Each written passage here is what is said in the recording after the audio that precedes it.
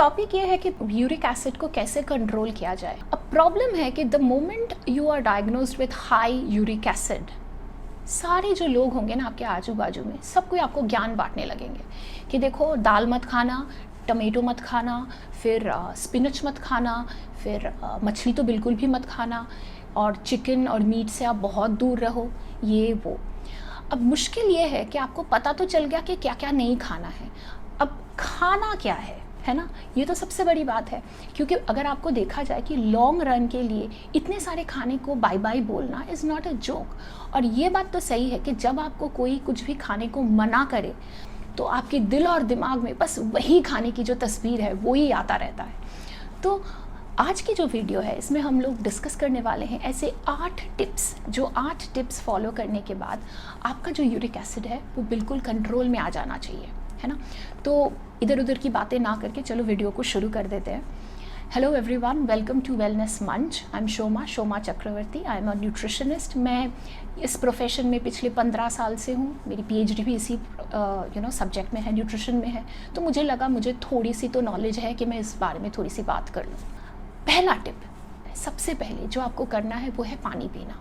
देखो, सबको पता है पानी पीना चाहिए, पर पीता कोई नहीं है ना। भूल जाते हैं। हमेशा मेरे क्लाइंट्स मुझे बोलते हैं कि अरे भूल गया बस पानी पीना। आप यकीन नहीं मानोगे, सिर्फ अगर आप सिर्फ और सिर्फ अच्छे से पानी पियो ना पूरे दिन, मतलब 3 लीटर पानी अगर आप पीते रहो तो देखना आपका बहुत सारा प्रॉब्लम, यूरिक एसिड क्या बहुत सारी प्रॉब्लम जो है वो बिल्कुल ख़त्म होने वाला है। पर अगर आप ध्यान से सोचो, दिन में शायद आप 1.5 लीटर या मैक्स टू मैक्स 2 लीटर पानी ही पी पाते हो, उससे ज़्यादा होता नहीं है। तो ये जो एक हैबिट है ना, इसको बरकरार रखना है। सबसे आसान चीज़ ये है कि आप ऐसा कोई स्टेनलेस स्टील का बॉटल खरीद लो और बस उस बॉटल को ना आपके हमेशा आजू बाजू में रखो, ताकि आप कभी भूलो ही मत कि पानी पीना है। और पानी पीने का सबसे बड़ा फ़ायदा ये है कि ना आपको ना भूख नहीं लगती। नहीं तो हमेशा हमको लगता है कि अरे कुछ खाया जाए, चलो कुछ चबा लेते हैं, और इसी चक्कर में हम लोग ना बहुत अनाप शनाप खाते हैं। तो अगर आप पानी दिन भर अच्छे से पीते रहोगे तो आपको वैसे वाली भूख भी नहीं लगेगी। दूसरा पॉइंट क्या है कि आपको बहुत अच्छे से ना थोड़ी सी प्लांट बेस्ड डाइट पे जाना है। इसका मतलब क्या है, अगर आप वेजिटेरियन हो तो ऑलरेडी आप प्लांट बेस्ड डाइट पे ही हो। अगर आप नॉन वेजिटेरियन हो तो आपको थोड़ा सा नॉन वेज कम करना है। देखो, मैं कभी भी नहीं बोलती हूँ कि बिल्कुल बंद कर दो, ऐसा बिल्कुल नहीं है। आप सब कुछ खा सकते हो, पर आपको कम करना पड़ेगा। पहले चलो प्लांट बेस्ड डाइट की ही बात करते हैं। मान लेते हैं कि आप एक वेजिटेरियन हो, आप कैसे करोगे? आपको तो सब कोई ने पहले पक्का बता दिया होगा कि दाल मत खाना। अब देखो, यूरिक एसिड का प्रॉब्लम आपको है, पर इसका मतलब ये नहीं कि आप दाल बंद कर दो, क्योंकि आपकी जो डाइट है उसमें प्राइम जो प्रोटीन सोर्स है वो दाल से ही आते हैं, है ना। क्योंकि अगर आप वेजिटेरियन हो, दाल और दूध की जो भी प्रोडक्ट्स है यही आपको प्रोटीन, अच्छी क्वालिटी जो प्रोटीन है वो सप्लाई करते हैं। नट्स एंड सीड्स से भी मिल जाते हैं।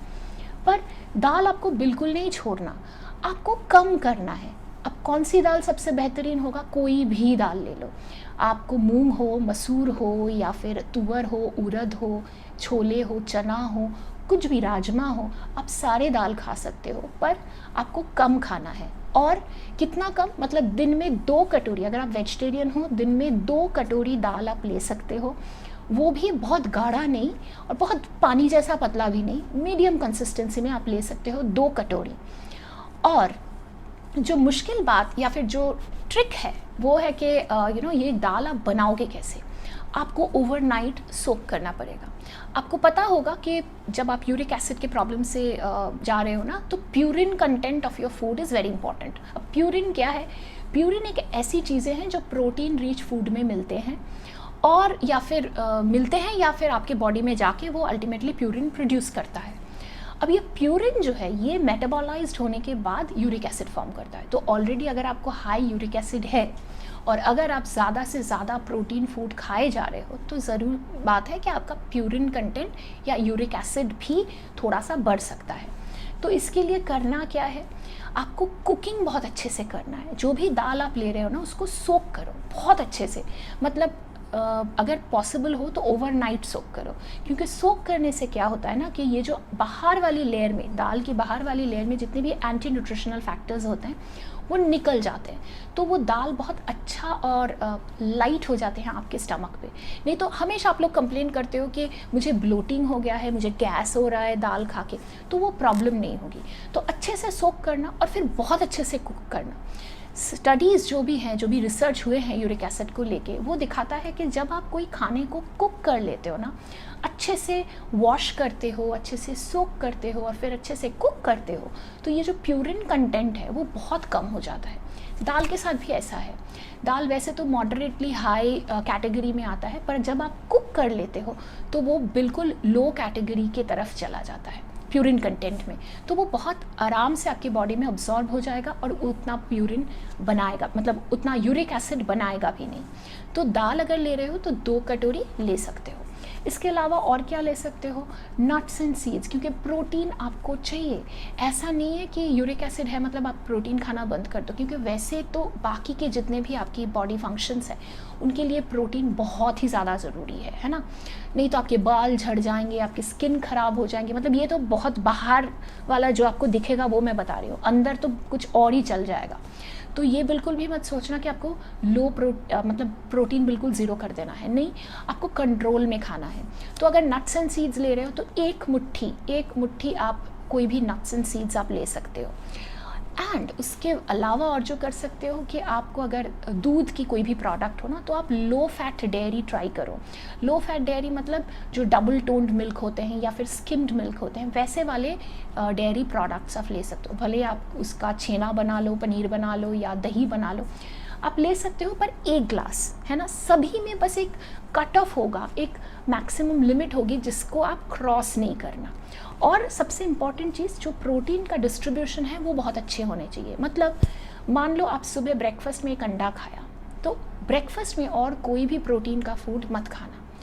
लंच में मान लो आपने दाल खाया, तो बस वही है, और कोई भी प्रोटीन की फूड मत लेना। मतलब ये नहीं कर सकते कि आप एक ही मील में अंडा भी ले रहे हो, दाल भी ले रहे हो, या दही भी ले रहे हो, फिश भी ले रहे हो, समझ रहे हो।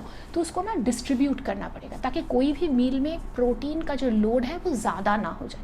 पर पूरे दिन का अगर आप ध्यान में रखो तो अच्छा खासा प्रोटीन भी मिल जाए। ये एक बहुत बड़ा ट्रिक है। अगर आप नॉन वेजिटेरियन हो तो क्या आप बिल्कुल बंद कर दोगे नॉन वेज खाना? नहीं, आप रिवर फिश जो है वो खा सकते हो, पर कम अमाउंट में, may be 50 gram a day.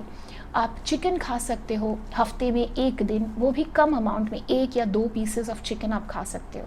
Red meat, हाँ, उसको थोड़ा अवॉइड करो, maybe once in a month, पर उससे ज़्यादा नहीं। पर जब आप खाओगे भी ऐसा नहीं कि 1 महीना नहीं खाया तो चलो दबा के खा लेते हैं, इतना मत खाओ, ठीक है। कम कम खाओ, पर अच्छे से सब कुछ खाते जाओ। फिर क्या होगा ना, आपकी बॉडी को एक वैरायटी मिलेगी। और ये जो वैरायटी हम देते हैं ना, इससे क्या होता है, कोई भी खाने का जो गुण है वो गुण आपको मिलता है, पर जो खराबी है वो आपको नहीं मिलता। तो ये जो वैरायटी की बात है ये दाल के ऊपर भी लागू होती है। मतलब एवरीडे आप वो मसूर दाल या मूंग दाल और चावल नहीं खा सकते। कोई एक दिन अगर आपने मूंग खाया, दूसरे दिन मसूर खाओ, तीसरे दिन चना दाल खाओ।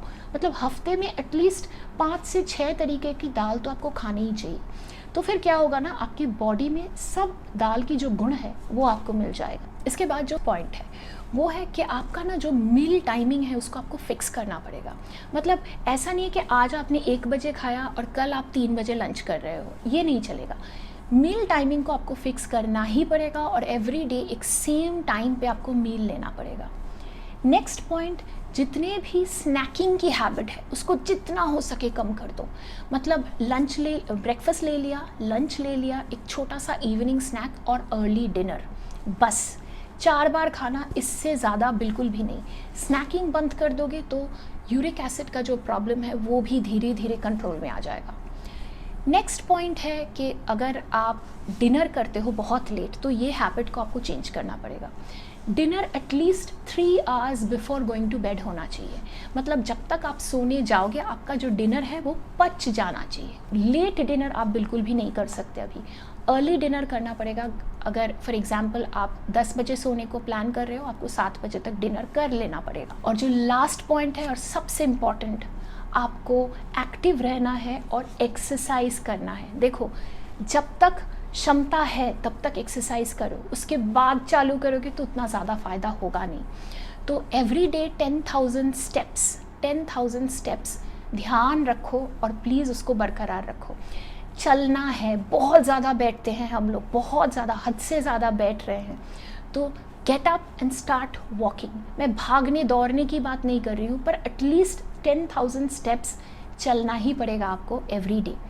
और हो सके तो थोड़ा बहुत एक्सरसाइज करो। डिपेंड करता है कि आपकी जो पेन है, जॉइंट पेन है, वो किस हद तक है, उसके हिसाब से वो समझ के आप थोड़ा सा एक्सरसाइज चालू कर दो। क्योंकि एक्सरसाइज, डाइट, ये जब सब कुछ जब मिलता है ना, तभी आपको वो रिज़ल्ट दिखते हैं। तो अब मैं उम्मीद करती हूँ कि ये जो वीडियो है आपको अच्छा लगा होगा, कुछ सीखने को मिलेगा शायद। अगर अच्छा लगा है आपको तो please hit the like button, share it with your friends and please do subscribe the channel. हम बहुत जल्दी लौटेंगे कोई और इंटरेस्टिंग वीडियो के साथ। तब तक अच्छा, लिंक दिया हुआ है एक ब्लॉग का, जो डिटेल मैंने जो भी बताया इसके बारे में एक डिटेल ब्लॉग लिखा हुआ है, जिसका लिंक मैं डिस्क्रिप्शन में छोड़ूंगी, तो वो आप चेक कर सकते हो, ठीक है ना। हम ज़रूर मिलेंगे बहुत जल्दी कोई और बहुत इंटरेस्टिंग टॉपिक के साथ। Till then stay happily healthy, bye bye.